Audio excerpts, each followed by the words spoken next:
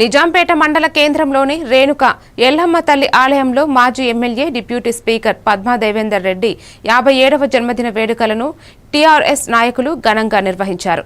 ప్రత్యేక పూజలు చేసి కేక్ కట్ చేసిన అనంతరం మండల అభివృద్ధికి ఆయన చేసిన సేవలను నాయకులు గుర్తు చేసుకుంటూ భవిష్యత్తులో మరిన్ని ఉన్నత పదవులు దక్కాలని ఆకాంక్షించారు. ఈ కార్యక్రమంలో టీఆర్ఎస్ పార్టీ మండల అధ్యక్షులు సుధాకర్ రెడ్డి, పట్టణ అధ్యక్షులు నాగరాజు, మాజీ సొసైటీ చైర్మన్ బాపురెడ్డి, మాజీ ఎంపీటీసీ బాలరెడ్డి తదితరులు పాల్గొన్నారు. మన మాజీ ఎమ్మెల్యే మెదక్ జిల్లా బీఆర్ఎస్ పార్టీ అధ్యక్షురాలు పుట్టినరోజు సందర్భంగా నిజాంపేట ఎల్లమ్మ ఆధ్వర్యంలో మేము అందరం పార్టీ తరఫున నిజాంపేట మన మండల తరఫున మేడం గారికి పుట్టినరోజు శుభాకాంక్షలు తెలుపుతున్నాం. మాజీ ఎమ్మెల్యే పద్మా దేవేందర్ రెడ్డి గారి జన్మదిన వేడుకలు ఘనంగా నిర్వహించడం జరిగింది.